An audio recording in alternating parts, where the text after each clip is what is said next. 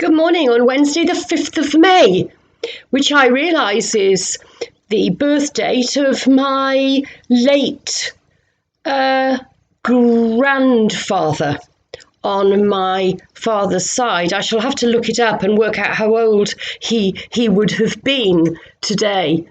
I found this and I thought I'd share it with you.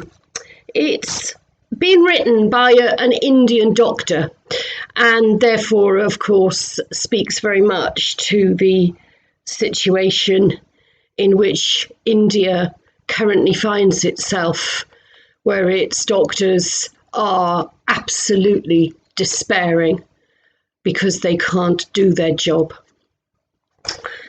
Social distancing is a privilege. It means you live somewhere where you can practice it. Hand washing is a privilege too. It means you have access to running water. Hand sanitizers are also a privilege because it means you have money to buy them.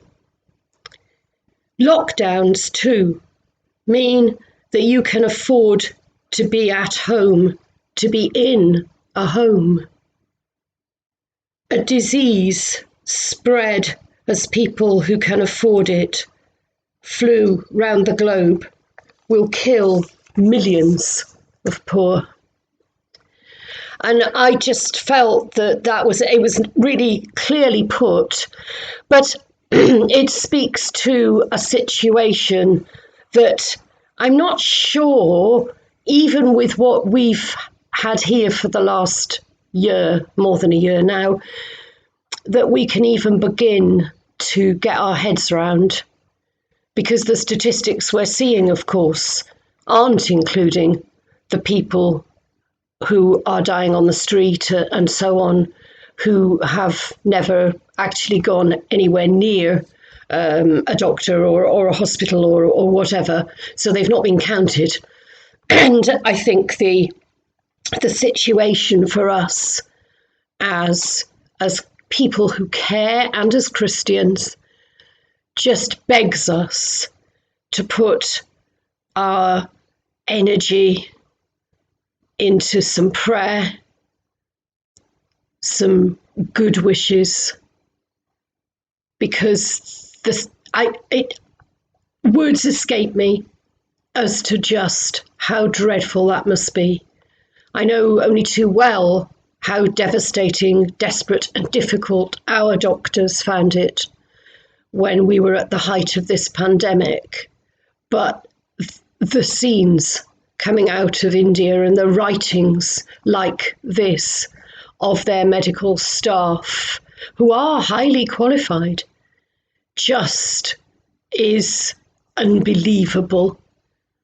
And a thought too for the Indian doctors and nurses and others that we have working hard in this country, who have been sending a large percentage, in some cases, of their earnings home to their families in India, where money even at present isn't guaranteeing any kind of care because they simply don't have the resources to do it. And our Indian families here and British families in India, who now, of course, can't travel, quite rightly, quite understandably can't travel, and therefore have that added difficulty, that added pain, to which I know we can relate. So our prayers and our love with those in India and in other parts of the world too, where this pandemic still rages, whilst we, thank God, are gaining some new freedoms.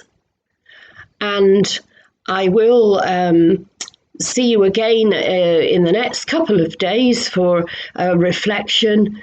And Sunday this week, of course, as has been the pattern, a 10:30 online service, a 10:30 face-to-face service, which is shorter, and 5:45 on Zoom. We are looking at ways in which the face-to-face service can be recorded and uploaded to the website so that there won't be two different services at 10:30 in the morning. So until I see you again, you take care. God bless.